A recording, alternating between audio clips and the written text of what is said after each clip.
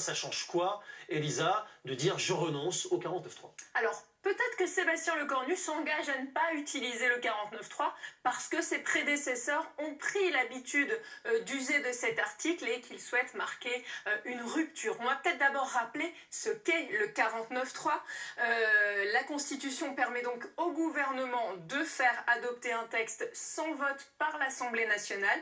Le Premier ministre engage la responsabilité de son gouvernement. Comment ça fonctionne? Si une motion de censure contre le gouvernement n'est pas votée par l'Assemblée nationale, alors le texte est adopté. Et à l'inverse, si une motion de censure est votée, le gouvernement est renversé et le texte rejeté.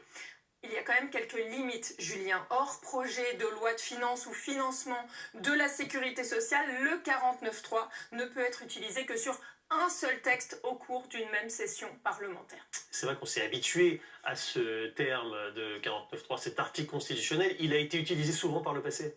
Oui, récemment, alors, François Bayrou a enclenché l'article 49.3 à 3 reprises en février 2025 sur le projet de loi de finances pour 2025 et sur les 2 parties du projet de loi de financement de la sécurité sociale.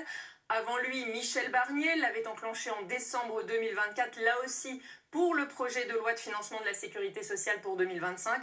On sait ce que ça a donné, ça va entraîner la chute de son gouvernement puisqu'une motion de censure avait été adoptée par l'Assemblée nationale. Et puis on remonte encore un petit peu dans le temps. Lorsqu'Elisabeth Borne était à Matignon, elle avait eu recours 23 fois à l'article 49.3 entre 2022 et 2023. Pour terminer, je vais vous montrer un petit graphique des recours au 49.3 jusqu'au gouvernement Barnier. Pour vous donner une idée, Elisabeth Borne, je vous ai dit 23 fois, mais elle ne détient pas le record. C'est Michel Rocard qui détient le record avec 28 utilisations de l'article 49 alinéa 3. Au total, il a été utilisé 119 fois depuis 1958. Merci.